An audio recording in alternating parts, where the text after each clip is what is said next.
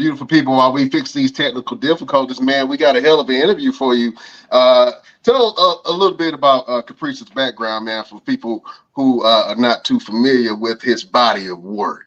Man, listen, this man has been all over Ring of Honor. He was a tag team partner with Cedric Alexander when they were in Ring of Honor. They were the CNC Wrestling Factory.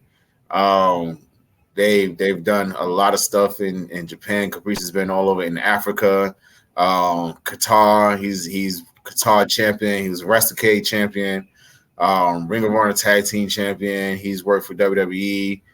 He still currently works for Ring of Honor. He's one of the best color commentators to ever grace the tables and the mic.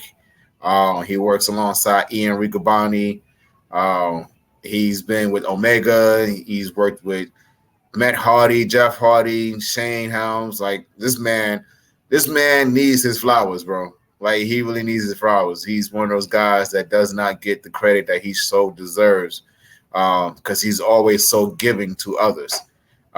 So, ladies and gentlemen, you're in store for a very, very amazing interview to learn about this man and learn about his career, learn about his path in religion as a pastor, and just really get a chance to get to know Caprice Coleman. And if you haven't, man, go and check out some of the stuff that he's done in terms of wrestling. Go and look him up on YouTube and watch him on Ring of Honor. He's very entertaining, very, very entertaining. I don't think there's ever been a situation where I've been around Caprice and he did not do something that would entertain you. Like you could have a bad day, just be sitting around, and he would walk up and say something goofy or silly. I remember one day I was at a Wrestlecade and I was doing a promo for another company. By the way, ladies and gentlemen, anybody that's any wrestlers, young wrestlers, do not do that unless you get permission. That's not good business. But I was doing a promo, and Caprice happened to walk up behind me, and it was a wall behind me. So he's walking by the wall, and he's looking like he's looking for an exit or something. And I turn around, and in the middle of my promo, I was like, what is going on right now? And I was like, we got Caprice Coleman. And he was like, oh, hey, man, hey, what's going on? And I was like, you want to add something? And then he went into a whole promo right then and there. And then he challenged me to a match which we never, ever, ever have not gotten yet. Ooh. Oh, man. I came back in the right time. Right time. He was about to talk. Can't jump about you, man. I'm about to stop him. I'm about to stop him. Don't do that. Don't do that. Don't do that. Don't do that. Well, ladies and gentlemen, welcome back, Caprice Coleman. Caprice, please give us a quick rundown for those who are been living under a rock and don't know your body of work. Give us a rundown of what you've done and everything that you are. I'm not good at that. I can say I've been part of the sport for the greater part of 25 years. Started out as a referee, trained under Matt and Jeff Hardy. Started with their promotion, New Frontier Wrestling Alliance, turned into Omega. By the time it got to Omega, I went from referee into wrestling, and been wrestling with them until they got signed. Ended up going to NWA Wildside for some years. I got a lot of WWE work through that, TNA work, TNT and TNA and all, whatever their name were at the times. And then after that, had some Ring of Honor work, and then I went overseas for a while.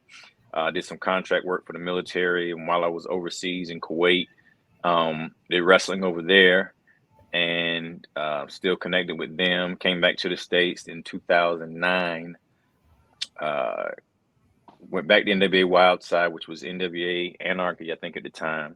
Mm-hmm. And then Ring of Honor called, WWE called, TNA called, and they were all just trying to see where I was at. And I kind of got the vibe that they felt like I was older by that time. I was always really hot on the indies or in the magazines of next best thing type deal, but never got a contract. and Ring of Honor called me and they said they're getting ready to get bought out. They're getting ready to be bought by a big TV station and need some more wrestlers, and they definitely want to bring me aboard when they sign them. If I could hold up, because now like they're talking to me like I'm like 72 years old, bro.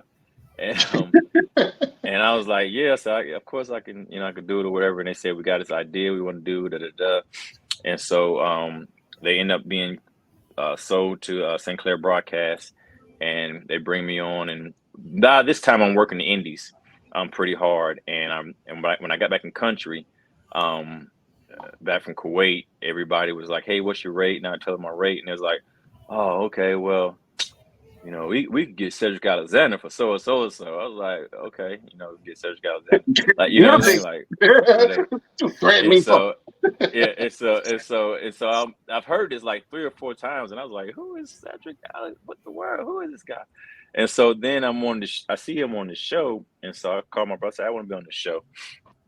And I ended up being on the show, and I think Cedric's like the first match, and he was really, really young at this time. And so I'm kind of shaking my hand, everybody seeing me, being nice to me in the back. Like, I'm really popular to wrestlers, but like the fans, I'm okay. But